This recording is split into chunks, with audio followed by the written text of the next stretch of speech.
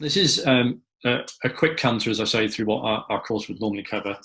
The full crisis communications course we would develop during the day, working through examples, our own crisis communications plan. You'd be given a template at the start of the day, and then depending on the organisation that you work for, we would tweak that plan as we go through, working through different examples. But there's three core elements to each course on crisis comms, and they're here. That starts with planning and organisation. So no two crises are ever the same, but preparation is still vital in an organisation during a crisis, absolutely crucial. We talk about leadership and integrity, what we can learn from global leaders, and how leaders act and communicate in a crisis can shape not just how they get through a crisis, but what that government or what that organisation feels like when they come through a crisis. And finally, words matter. How best to communicate in a crisis, what sort of language should we be using? For example, right around the world at the moment, you've seen examples of people talking about a war against coronavirus, and we'll talk maybe a little bit about that afterwards, whether we feel that that is an appropriate metaphor to use, but also basics on press handling, press briefings, and the use of social media as well. So the aims and objectives of our crisis communications course generally is about how to keep calm in a crisis. You'll probably recognise this lady. She's crisis communications worst kept secret in the world right now. 3 or 4 weeks ago, a few people were talking about how great she was doing in terms of her leadership style. But right now, I think everybody recognises the ability that she's brought to crisis communications. So keeping calm in a crisis, what does that look like? Communicate. Sounds basic, but too many organisations, too many leaders spend too much time burying their head in the sand when crisis hits. So don't hide, be available, be as open as possible, communicate. A, for apologise. Again, we've seen some pretty bad examples of non-apologies, certainly here in the UK, where people talk about how they're sorry if people feel a certain way, rather than being upfront and honest. People really need to take the higher ground, don't blame or attack others, and show a level of remorse that fits with the situation. L takes us to level with people, treat people like adults. Again, there's been some examples of where a paternalistic approach has really put people off key messages. I think even in a crisis, even when it's bad news, people will respect being leveled with and being given with that level of respect. As I say, treat people like they're adults in the room. And finally, measure performance. I think if you are going to take one thing away from today's course, please let it be this one. If you're involved in crisis communications in your organisation, there's so much going on day to day in a crisis that there's always something to do. You can keep your head down and just plough through the work all day, every day, get to the end of the day, you've worked 14 hours, and unless you take that space, even if it's 5 or 10 minutes, either at the end of the day or the start of the next day, to look at how effective that level of work is, then you can find that you're just doing huge amounts of work that is having either no effect or, even worse, having a negative effect on the crisis that you're trying to manage. So measuring performance, absolutely key element to tackling any crisis. I should say that the focus of today is very much on crisis communications, not on crisis management. I know people have very clear, passionately held views about how different governments are doing in terms of managing the crisis, but we're just focusing really on the communication side of things today. So, planning for the worst. When I talk about crisis communications, people always say the very definition of a crisis is it's something unprecedented, unpredictable, and therefore, how can you plan for it? Well, you can plan for it. You certainly need to build in flexibility and agility in your response, but you can plan. So here's an example of something that I've been here. Before the Welsh rugby team went out to play in the World Cup finals in Japan, they practiced by catching rugby balls covered in baby oil to replicate the humidity out in Japan, something that they wouldn't be used to playing rugby in Wales. Now, it's a simple example, and a slightly light-hearted example, but it's how I want people to think about planning in terms of crisis communications. You're building memory muscle in some ways, so you need to think of it as a sort of a level of fitness and a level of skill. You can't play a rugby match just by running up and down and lifting weights or catching balls covered in baby oil. But those skills and that level of practice will help you when it comes to a match situation. It's just the same for crisis communications. And here's an example of what happens when you don't plan. I don't know if people remember this example. HMV, a big multimedia store in the UK, when they made a round of redundancies, they suddenly realised that they didn't know who held the passwords to their Twitter account. So the redundancies were being live tweeted by somebody who was less than pleased by how HMV were handling that. So just examples of some things that can go wrong if you don't put planning in place ahead. Other things I'd emphasise is think, when you're still in peacetime before the crisis hits, who are your organisation's best communicators? You need to invest in them. You need to invest in media training for your leadership team. There's really no place for egos there. Your leaders aren't always the best communicators, so you need to invest in that media training. Who will be on your crisis communications team? Just simple things like, do you have their out-of-hours contact details for them all? Are they trained in how to use technology required in a crisis? I think all our technology communication skills are getting a boost through these recent weeks, but you really need to make sure that your team has all the skills they need to get you through a crisis. And then just looking at this HMV example here, think about who holds the keys to your social media accounts. Be surprised by how many organisations, even their communications departments, will say something along the lines of, it's somebody in IT. Well, that answer just isn't good enough. And also remember that social media is just not about broadcasting, it's a conversation. Which means you should always be listening. And social listening is probably a really underutilized element of social media used by organizations. And in fact, in many cases, that is where an organization will first hear about a crisis that is about to affect their organization. So yes, you definitely can plan for a crisis, and that is something that we'd cover in quite a lot of detail, obviously, in a non-coronavirus related communications course. Thinking about your organisation once crisis hits, here are some key things that you need to be thinking about. So structures, you need to get a central team in place and people understand where decisions are going to be taken. Now that doesn't mean having all your best people working on crisis communications day in, day out. You also need to have the flexibility to have some of your best people thinking about what happens after the crisis.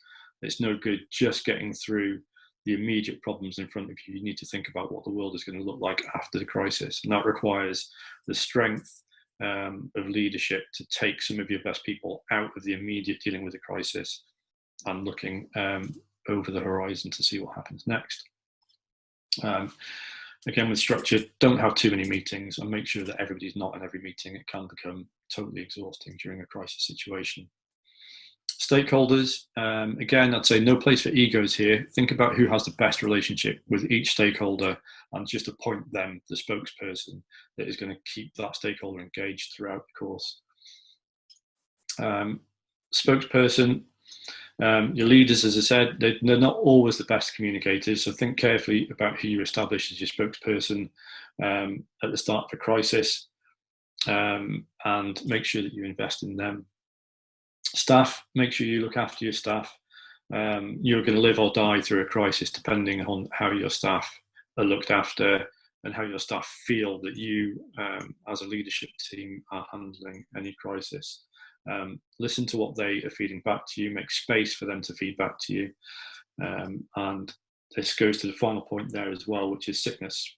This is an even more acute issue in the current crisis where people are already suffering serious worry and anxiety.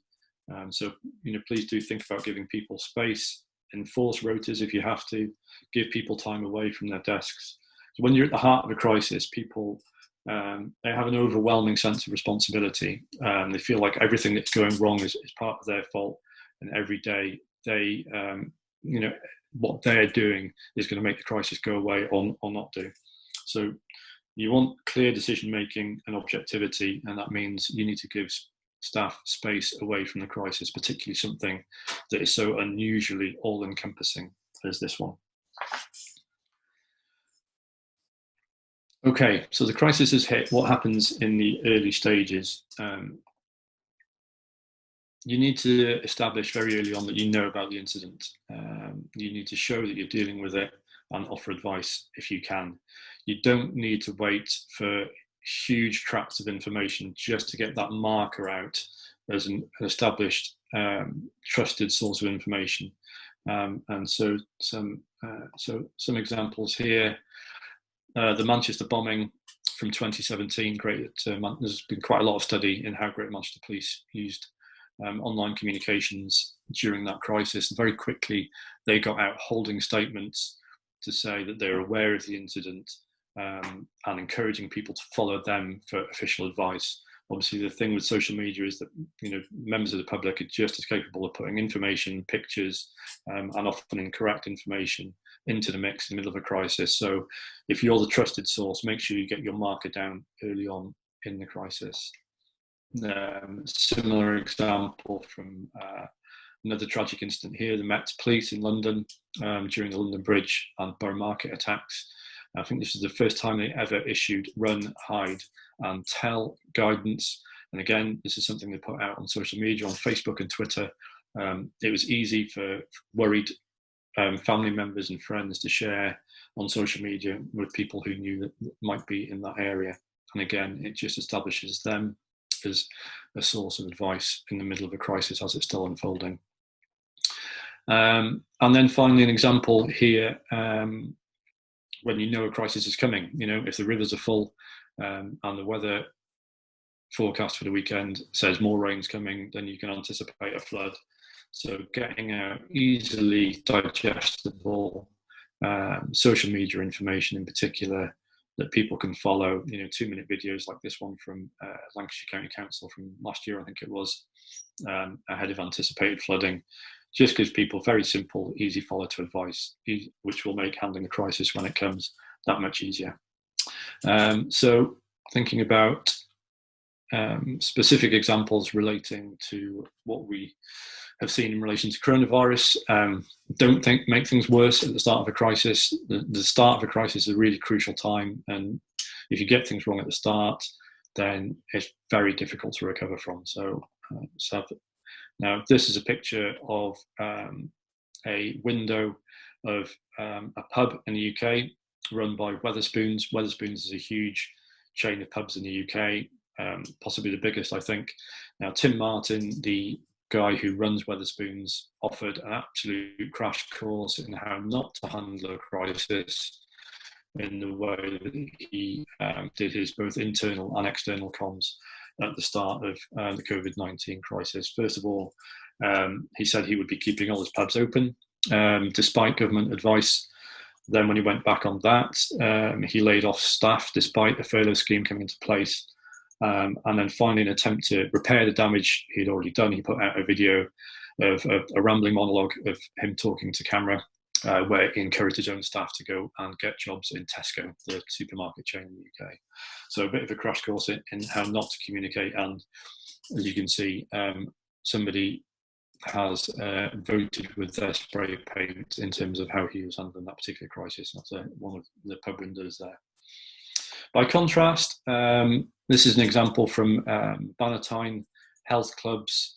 Even before the lockdown was announced, they paused their membership for all their members, closed their gyms for the foreseeable, but they kept in touch with both their members and their staff and continue to do so through email and social media, encouraging people to stay fit. And I think they're getting their trainers to offer videos to keep people exercising in a safe way. So just simple communication. Obviously, will do them good as they're coming out of the crisis, as people remember how that was handled. So here's an example in politics in the UK of something not handled well at the start of the crisis. Almost so much has happened. It's almost unbelievable. We're now in May. So much has happened since the start of the crisis.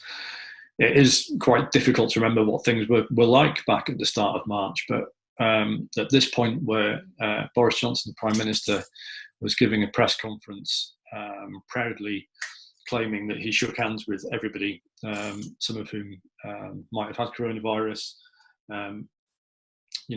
That sort of confused messaging right at the start of the crisis is really very, very difficult to bounce back from. And to remind myself what the world was like back in the first week of March, I went back and read some newspapers, listened to some radio interviews there, and even then people were really surprised by the level of communication at the heart of UK government at that early stage. At this point, you already had the situation in China had unfolded. Tens of people were already dying in Italy. The risk assessment from the World Health Organization had already been announced as very high. So not a good start, I think, is fair to say for UK government handling. In terms of balance, I would say that things certainly improved once the seriousness of the situation was grasped. And an example of really good practice, I would say, from the Prime Minister in terms of crisis communications was his lockdown announcement, the address to the nation, announcing measures. And there was reasons for why that was so successful. It was short, it was scripted, so it didn't allow for this sort of off the cuff and potentially at this time dangerous remark, and it was serious. It was very, very serious, and I think the level of seriousness combined with the fact that it was scripted made sure that it came across very well. It was very clear and it was very well received. Okay, so we move on to leadership, and first of all, humility. Leaders are hugely important in times of crisis, and we've seen some very different and very interesting examples of how leaders have behaved in this crisis, and some of their behaviour, both good and bad, really important for all organisations going through any form of crisis to learn from them. So here's two different approaches to humility. 0% humility from Donald Trump, who's stuck to this line that everything he's done throughout has been good, everything we did was right, and even some of his most ardent supporters are finding some of that quite difficult to handle.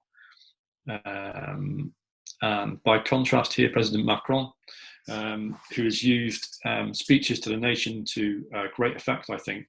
This speech that is quoted here was watched by nearly 37 million people. And in this speech, in contrast to President Trump, he asked that rhetorical question, were we sufficiently prepared? Obviously not, mistakes were made. But crucially, he didn't leave it there. It wasn't an empty, open apology. People don't just want to hear sorry, they want to hear what's next. And that's what President Macron did in that speech in great detail. After he said that mistakes were made at the beginning of the crisis, he went on to detail how France would now respond and respond better. So thinking about how people look to their leaders in times of crisis, there's probably 8 or 9 things I'd look to emphasise, and I'll just run through them very quickly. Don't duck the difficult stuff. Don't be afraid to apologise and explain. These are not signs of weakness. They're signs of strength when they come from a leader, and if they're done the right way. People absolutely do need to hear from their leaders at times of crisis. You could see in the UK there was a vacuum for a little while when Boris Johnson was needed to go into hospital, and that did make things difficult for the UK government. It was difficult for them to make decisions. Leaders, as I've said this once or twice, and I think it's worth thinking about in different organisations what suits different leaders best. You don't need to make a TV address, you don't need to make a great speech from a podium to be a good leader in a time of crisis. Sometimes that is just communicating on a daily basis or a weekly basis with your staff and your stakeholders by email, telling them what's going on, what decisions you've taken, why you've taken them, being transparent and just showing that you realise that they are part of this crisis and they're feeling it just as much as you are. A couple of things that we've already covered. Don't put your head in the sand. Be honest with yourself. Decision making in a crisis. Again, we'll cover this in much more detail during the course. Really, you've got to listen, evaluate, decide, and then act. You're not always going to have the space in a crisis to make a decision by committee in the same way that you normally would. You've got to go with the best information that you have at the time. There's never going to be a perfect moment to make a decision in a crisis. You've just got to go with your instincts, go with as much information as you can gather, and then once you've listened to the advice, make the decision and act upon that decision.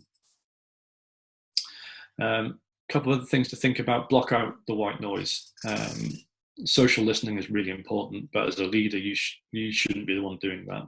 You should be getting feedback from your communications team, certainly about how things are playing out, but you definitely shouldn't be the one who's going through the newspaper headlines, scrolling through Twitter and Facebook to see how things are panning out.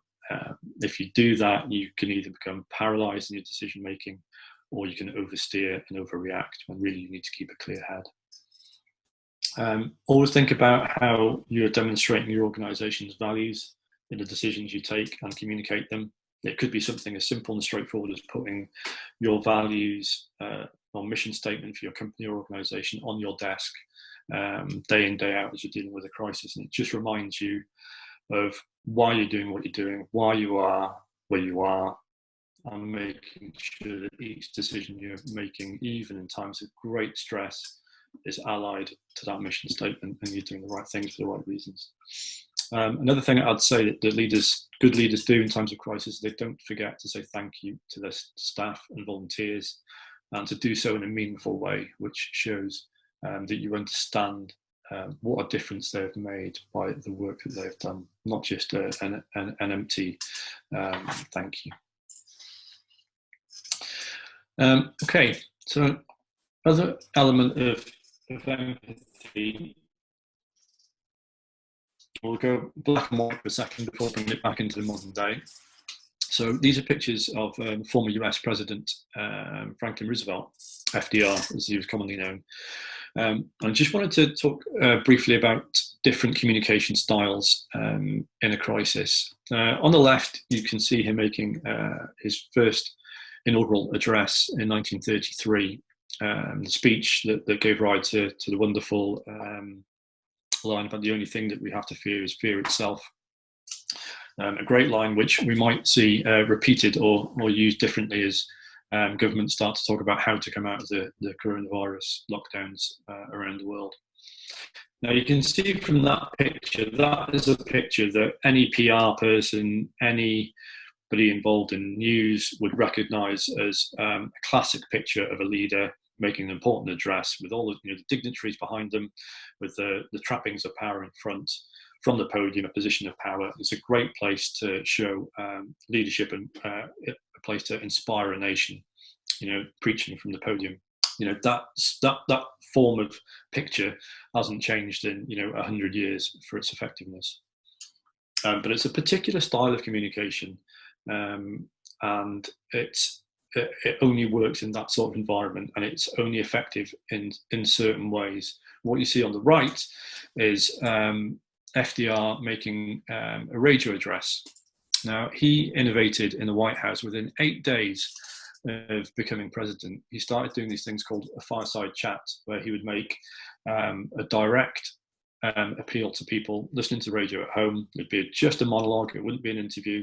It'd just be him talking about the great issues of the day, and that involved two big crises. One when he came into the Oval Office, going through the Great Depression, and that was the subject of his first fireside chat, and but also through the Second World War as well. And he would use these fireside chats that would be between about 10, 20, 30 minutes long, to talk through the issue of the day, but crucially he'd use simple conversational language, much more attuned to the idea of that fireside chat notion, the idea that he was being invited into people's homes to explain a crisis in a way that they would understand in their homes. Now, The reason for this brief history lesson, if you'll forgive me, is that I think this is an element of leadership that has been sorely lacking during the coronavirus crisis. It's been very difficult for leaders around the world to get out from behind their podiums. And I just don't think you can do empathy from behind a podium or in a press conference. You can provide information, you can even provide inspiration, but to do that, the softer skills of empathy, which are really important in communicating a crisis, I find it quite surprising the lack of innovation there has been. So how do leaders do that? That's back in the 30s that we've got Roosevelt there. How would leaders normally show that level of empathy?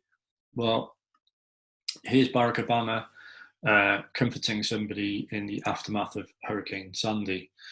This would be a classic way of leaders showing that they get that a crisis is happening, going to the site of the crisis, meeting people who have been most effective.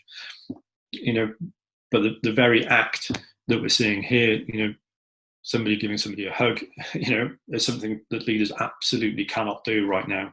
They can't get out of their isolation. They can't get out from behind the TV screens. They can't get into hospitals. They can't show empathy in that sort of way.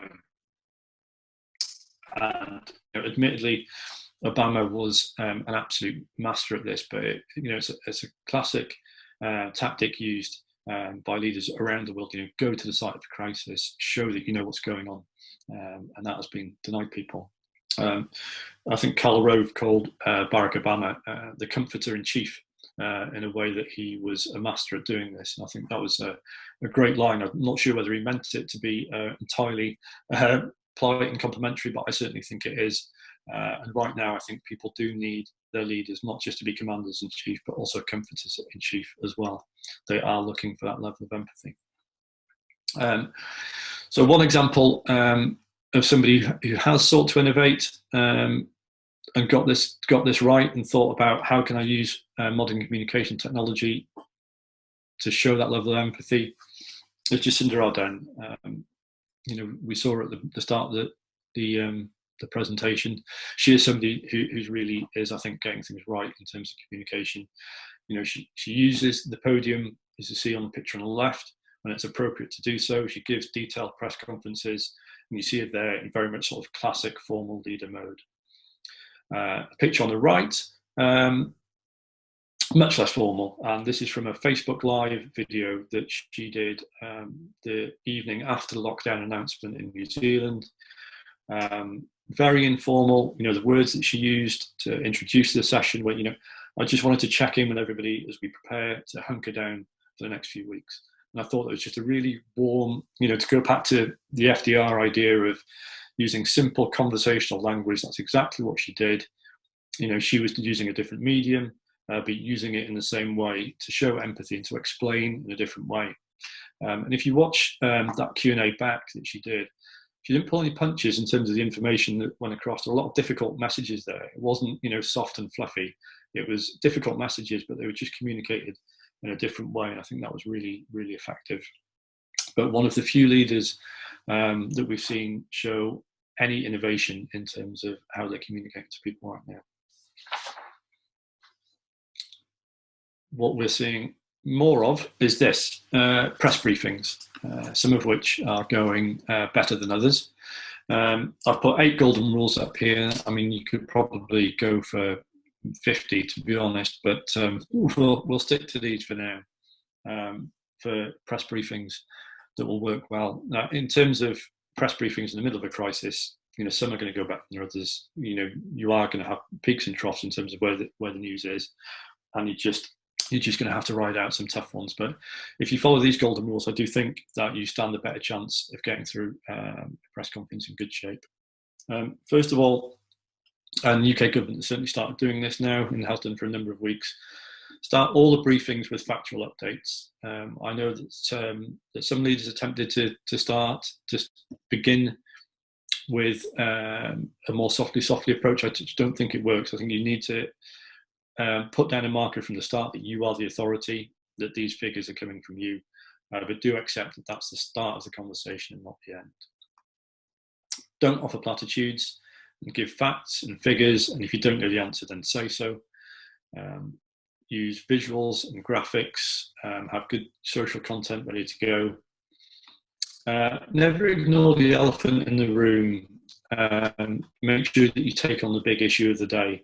And I think this is why the headline there from the Daily Telegraph, questions without answers. This was a moment in the crisis where the worm had started to turn.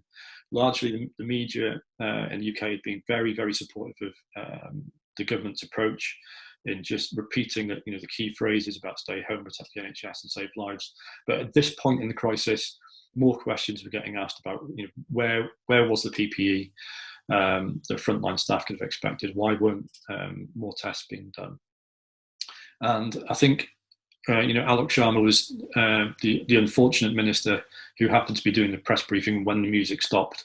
And I just don't think the government really picked up on the mood change there. And therefore, his attempt to talk about support for small businesses seemed like small potatoes, frankly, when people wanted to talk about the bigger issues of PPE. You do need to balance that out. You do need to get your news out there. You need to try and establish your news agenda for the day. You can't just talk about the bad news all the time, but it is a bit of a judgment call. Another way of doing that is having technical briefings behind the scenes where you can address a lot of the press's more technical questions. Shows that you're open, shows that you're engaged, but doesn't necessarily dominate the TV pictures for the day. Don't pretend the task at hand is easy or straightforward. Make sure you explain your thinking. I also think this is good advice. Be the last person who spoke to the person.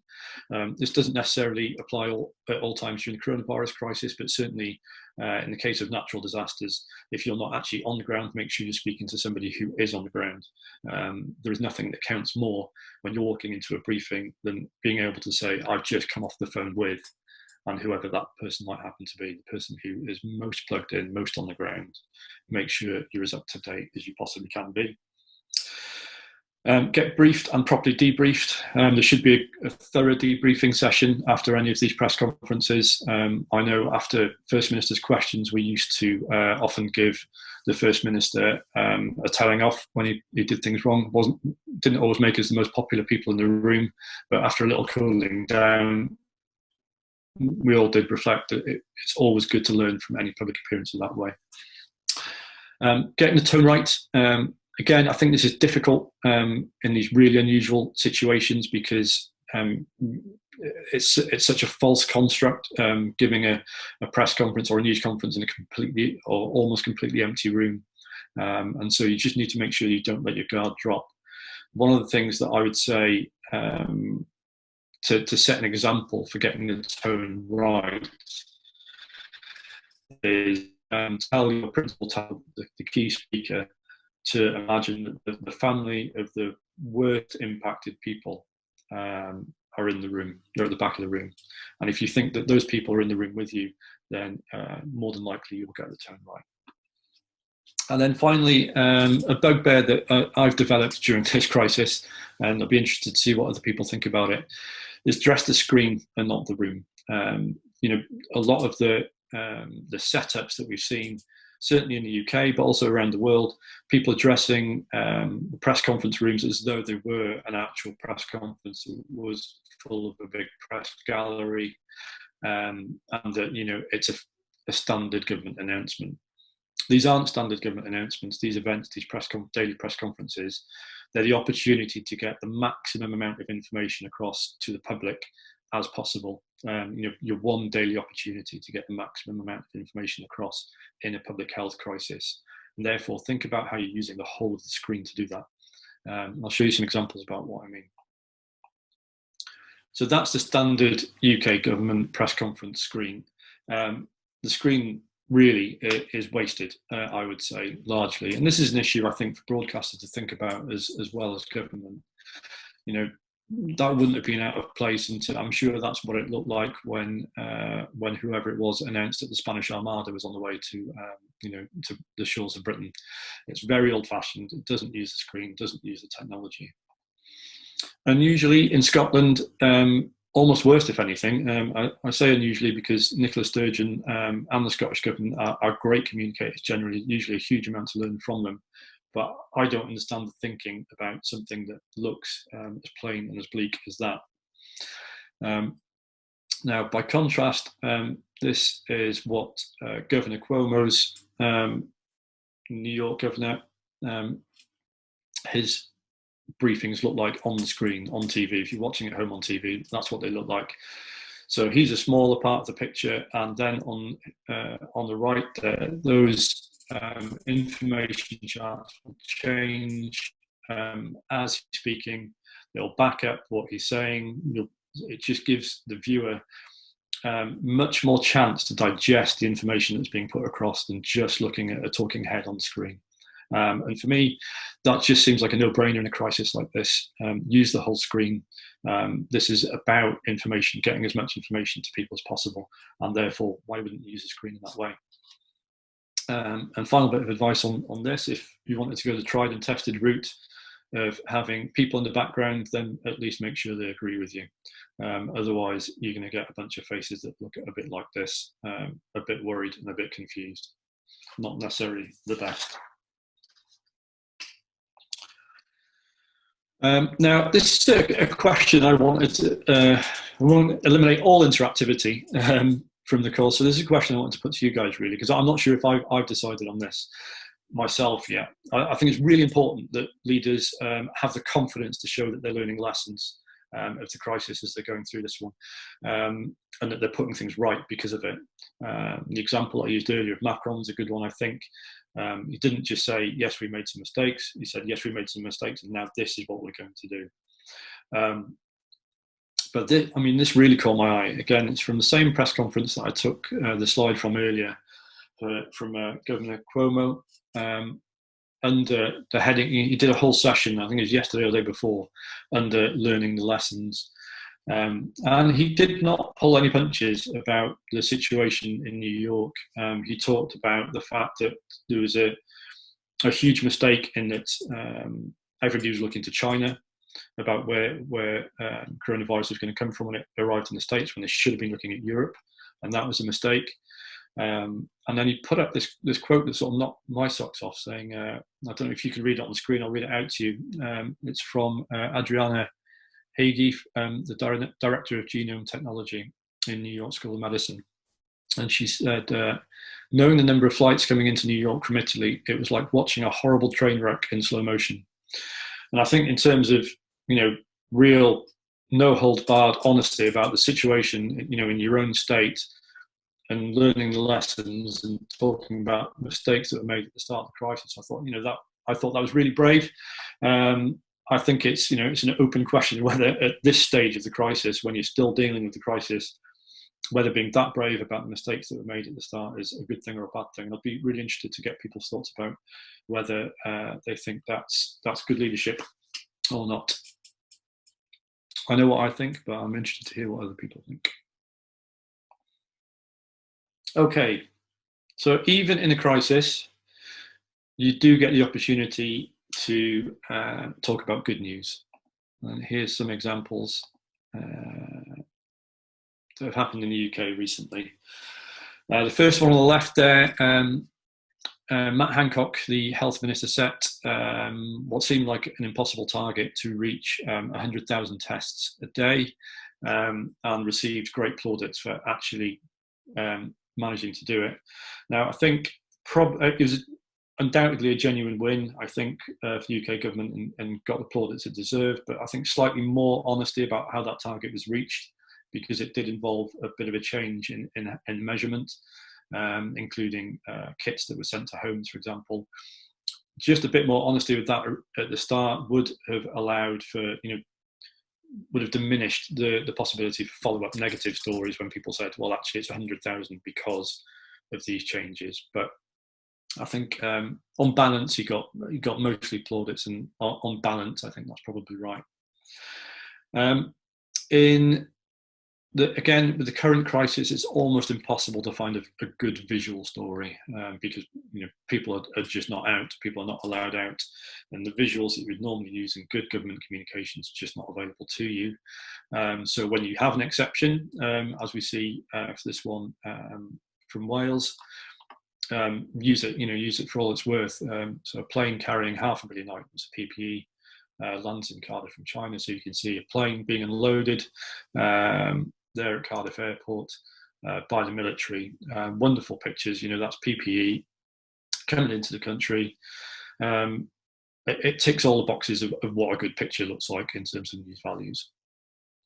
And then slightly different form of good news handling, trying to develop a good news angle by the Scots. I think, again, a really important example of good leadership. This is our chance to make Scotland better. Let's work together to achieve it. Even in a crisis, it can't constantly be all about doom and gloom. It is the role of a leader to show that the hope is not a bad thing, that there is a better future as possible, and asking people to combine in that national mission to set up a better future is, I think, a really nice example of the Scots communicating well. And Nicola Sturgeon is very, very good at that. Okay. Now, another interesting thing that has happened in the UK, we'll come on to Angela Merkel in a second, is that experts are back in fashion. Now, for anybody who followed the Brexit campaign back in 2016, they might remember that Michael Gove, one of the leading Brexiteers, responded to a question about economic arguments against leaving the European Union by saying that people were fed up with experts. Now, to some extent, Gove has gone back on that remark before this crisis, but it crystallised at that time. There's a time of populism and fake news and alternative facts. It really crystallised a really troubling move away from trusted sources of information. It was really challenging for people who worked in organisation, public sector organisations in particular. And so the one thing I'd say that this crisis has really served to remind us is that we do indeed need experts, especially when we're tackling an issue about like a global health crisis. You need those experts to come to the fore, but also that those experts are trusted, and people should be using them as much as possible. Now, which brings me on to Angela Merkel. Many of you probably seen this clip from, I think it's 2 or 3 weeks ago. So the German Chancellor has a scientific background, and so when she can, so when you've got somebody who's an expert and a leader all in one person, then you've really hit the jackpot in terms of communications. So many of you will have seen this clip. It's her explaining the R rate, the reproduction rate of the pandemic, in really simple, easy to understand language. And she was doing that. This clip was, as I say, 2 or 3 weeks ago, long before the conversation about R rates started in this country.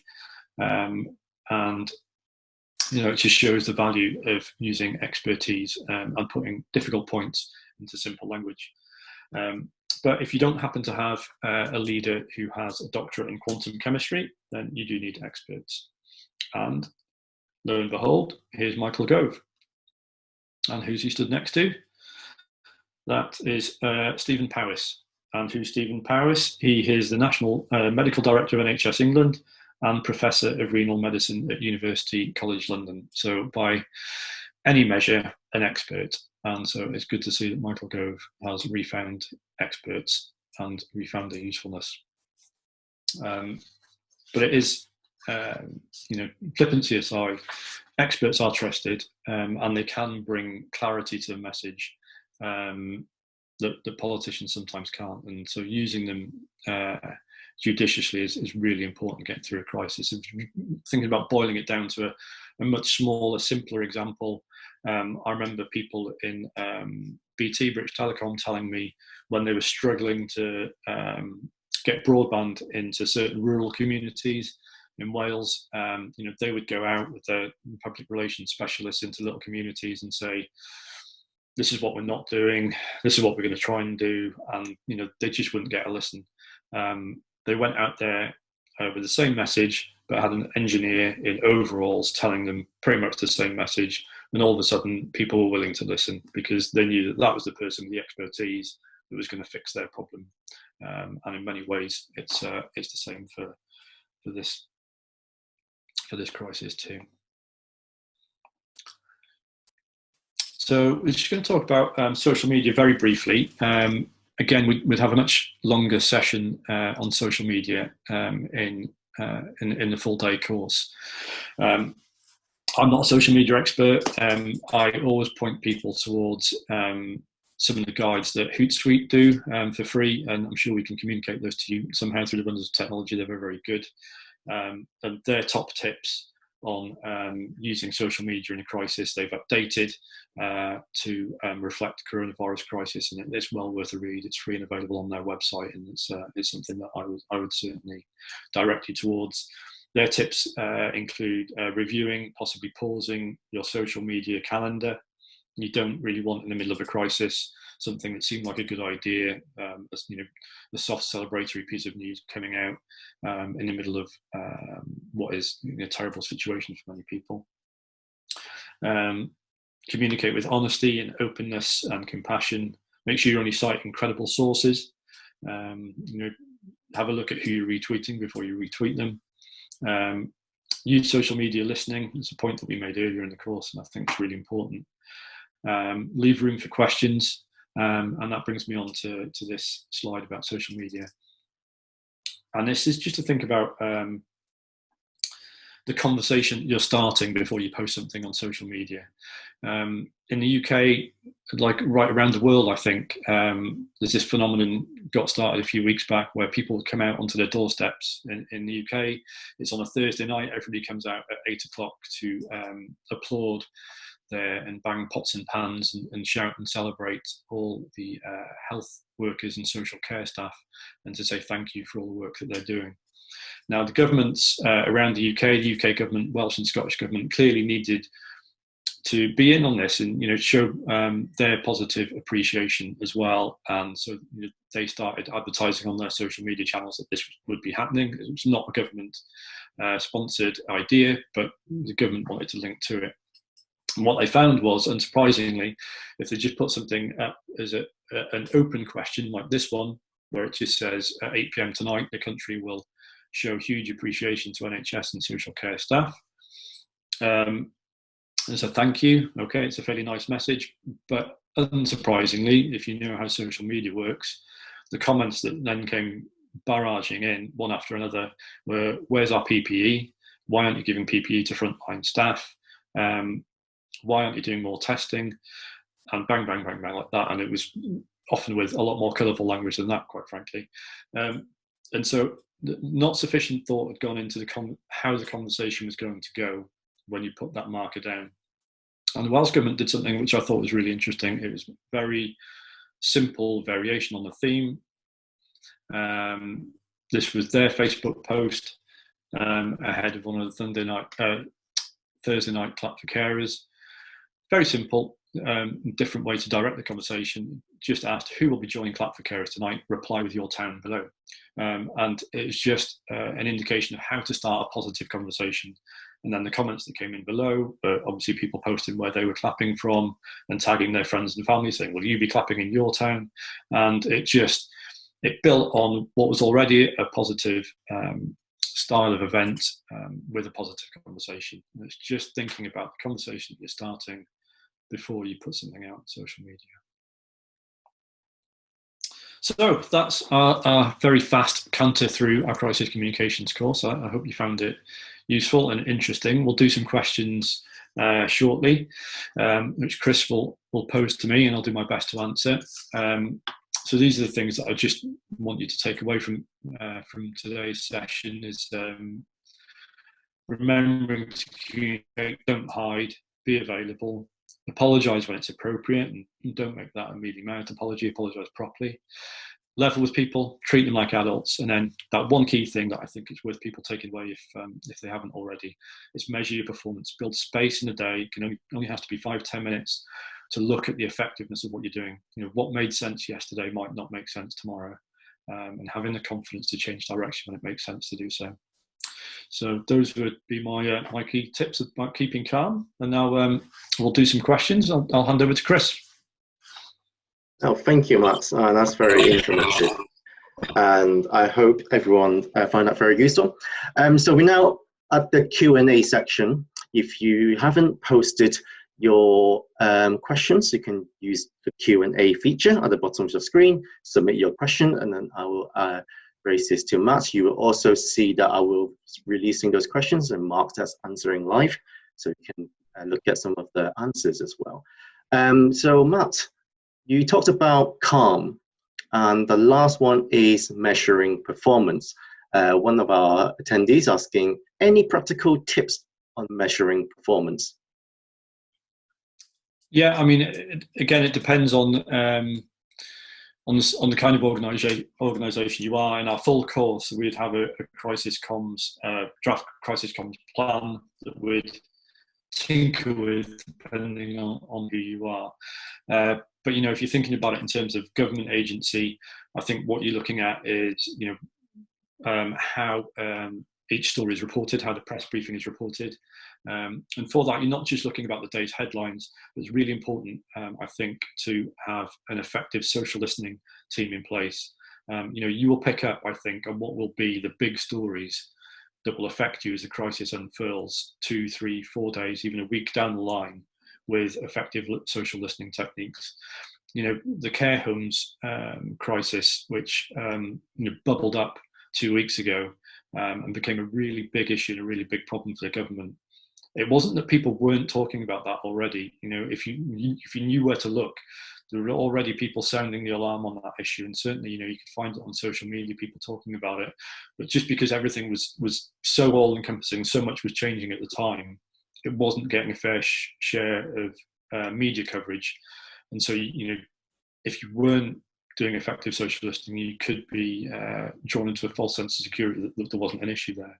So just have an honest appraisal of how the press briefings go, an honest appraisal of the coverage that you're getting in the media, and effective social listening teams as well.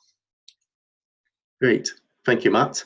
Our next question is, how would you suggest leaders should innovate their comms to show more empathy? You use one of the examples, using like what does it look like, talking on a podium, and then using Facebook in a more informal way, talking more of the common language that people can feel they associate with what they've been talking about. Apart from Facebook, is there any other innovative channels that you have seen people have used, and how might politicians do this? Yeah, it's a really good question. I've been surprised by how little innovation I've seen from leaders in this. They have got, and this phrase that keeps coming back, is they've got stuck behind their podiums. They're in podium mode, really. I've seen, I think Governor Cuomo did do a briefing with, I think it was the National Guard, where he did have a socially distanced audience in front of the National Guard, and at least that showed a little bit more connection.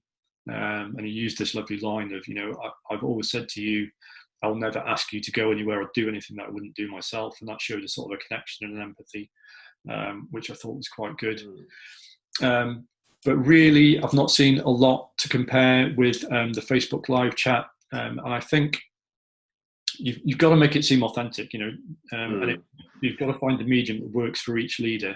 Personally, I might be terribly old hat and terribly old fashioned, but radio hasn't ceased to exist in the last 100 years, and I still think that that form of speaking to people in a monologue, 5 or 10 minutes, probably shorter than FDR's versions, is not necessarily a bad way to go. Because if you think about the where and how people listen to radio, listen to podcasts more likely now, a podcast version of it, I don't necessarily think that doing audio clips of using that more informal language, that more conversational kitchen counter type language is a good idea. I have seen other people using Facebook, but it's sort of a bit it feels a little set up, a little bit too formal, and the questions have clearly been vetted beforehand, and it's just not really, it doesn't really have that same sort of impact. And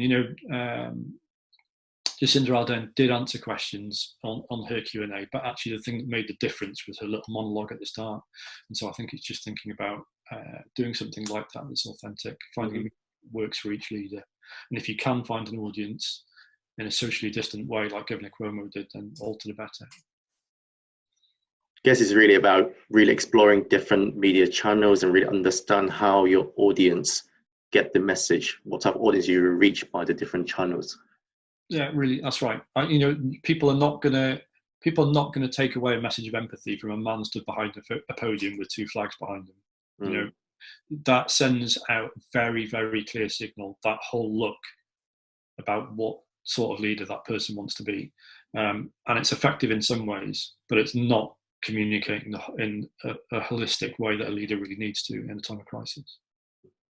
So actually just leading on about talking in front of the podium and with the flags behind, one of the attendees asked, why do you think the government is not using the screen as you suggested in the daily briefing? Is it because they want to be seen as authoritative, or perhaps that's they didn't just think of it?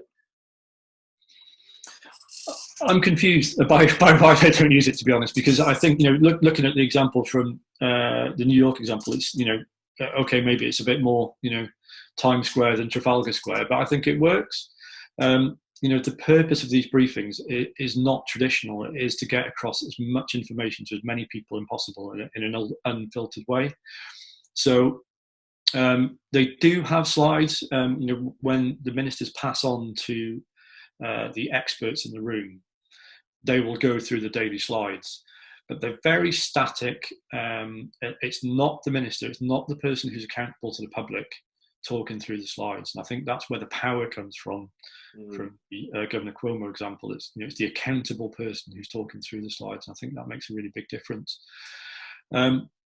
So why they dress the rooms in that way, I don't know. Well, if it's something just incredibly practical, I think it's something that clearly that you need to link up with broadcasters to make sure it's possible as well. And certainly, a US style news TV screen is much different to the one that we have in the UK. It's used to like tickers going left and right and up and down. People are more used to that busy style of screen.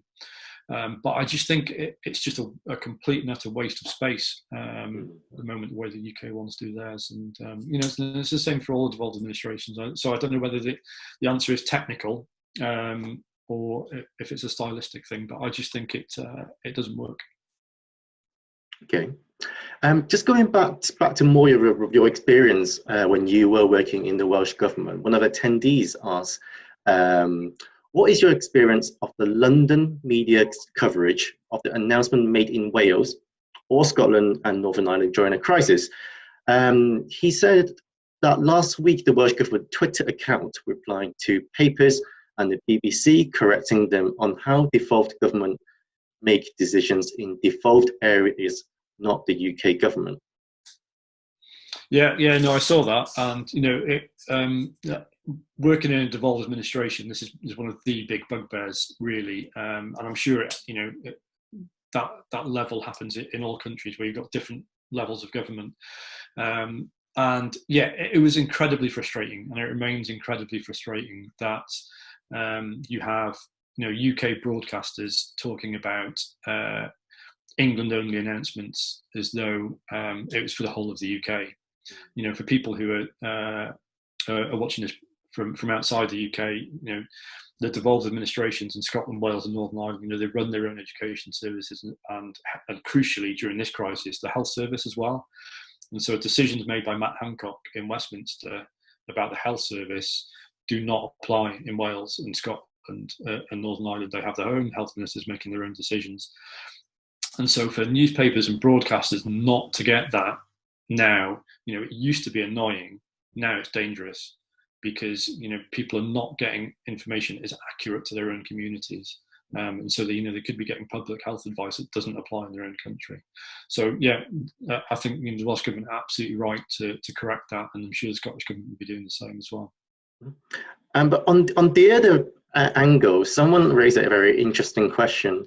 The question is, are there any practical steps Matt would recommend comms specialists working for a devolved public body to take when managing comms in crisis, especially when messaging from devolved administration deviates from the UK government, and particularly where stakeholders such as staff, service users may not actually see the difference? The first practical step I'd say was come to the June the 1st crisis communications course online, and we'll talk about that more thoroughly.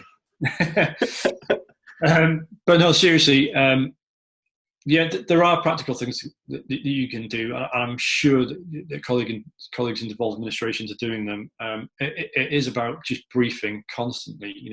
At times of crisis, communications teams can sometimes go into their shell and wait until it's the last possible moment to communicate something if it's bad news. You just can't afford to do that in a crisis like this one. The lines of communication need to be open the whole time.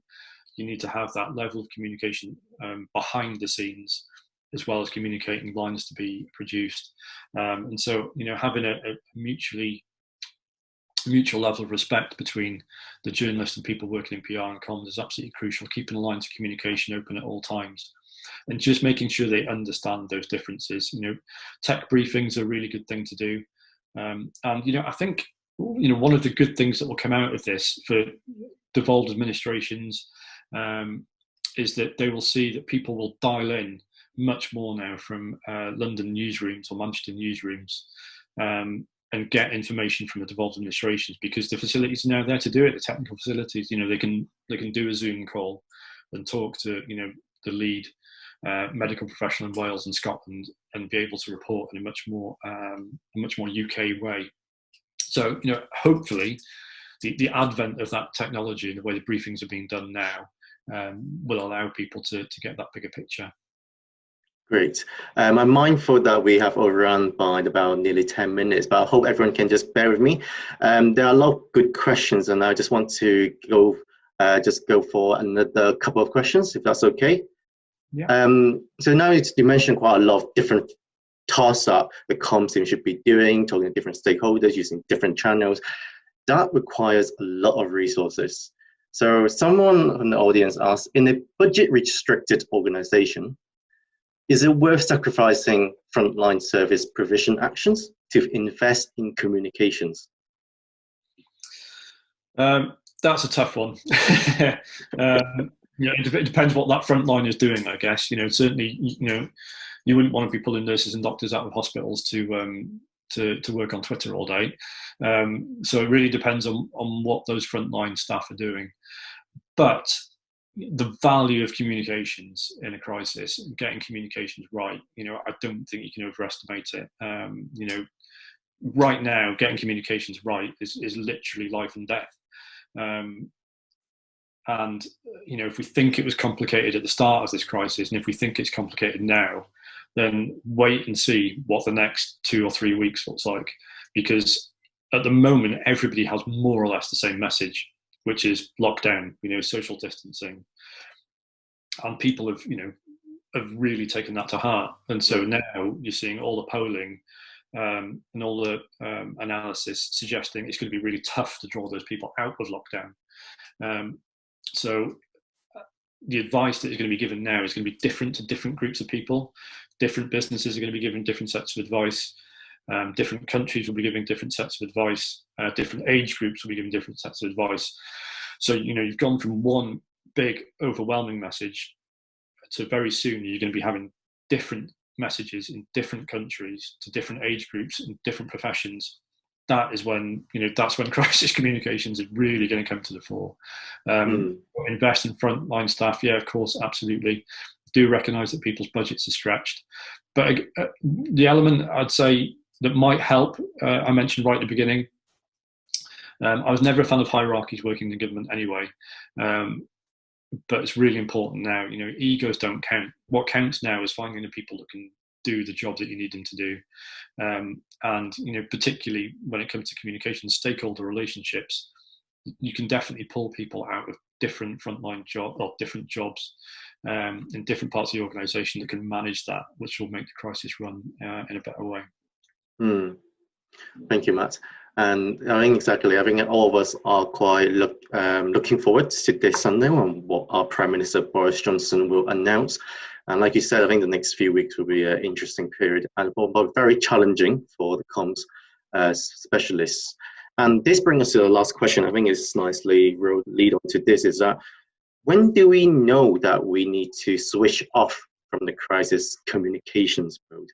And we know when a crisis is end, let's say. What is the best way to communicate and rebuild trust? Don't run before you can walk. It would be my advice, really. It is a slowly process. Particularly if it's a crisis that that your organisation has caused or has been at fault at during. Rebuilding trust is a slow process. And one of the things that the social media advice that Hootsuite produce, I think, applies to all communications coming out of the crisis, and it is don't disappear. Just because you're through the worst, then shutting down the communications channels that you've built up at that time would be a real mistake, I think.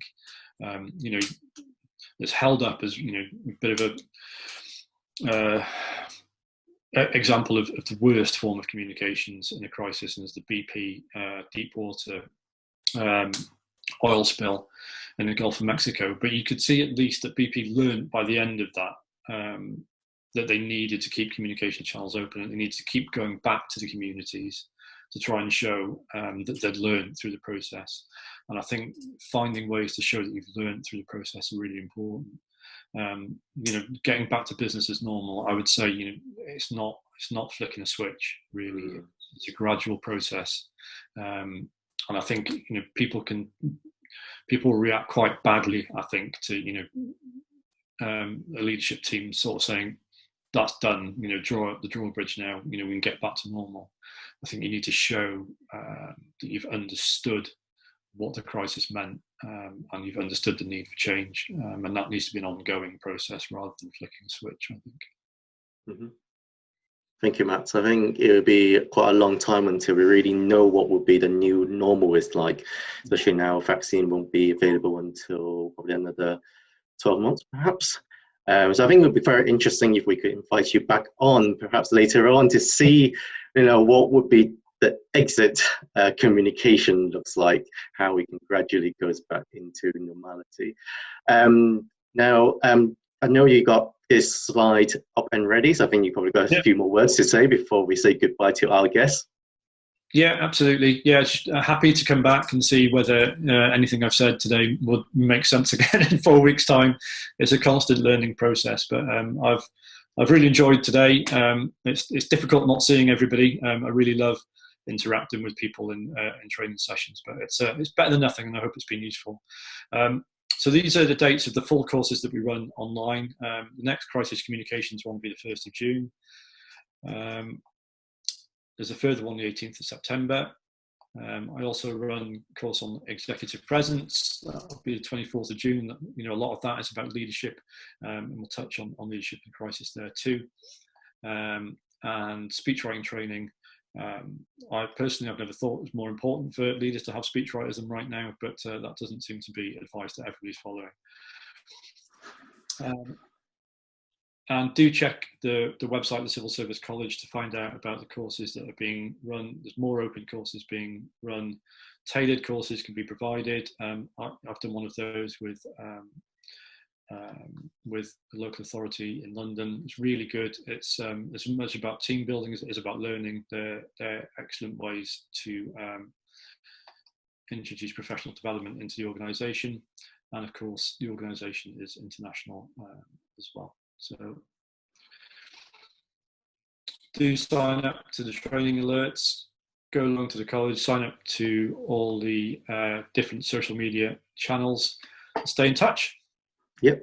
Thank you very much, Matt. As you said earlier, that we have been recording this webinar, so we will email that out to everyone. And if you follow us on YouTube channel, you should be able to see some of our past webinars as well.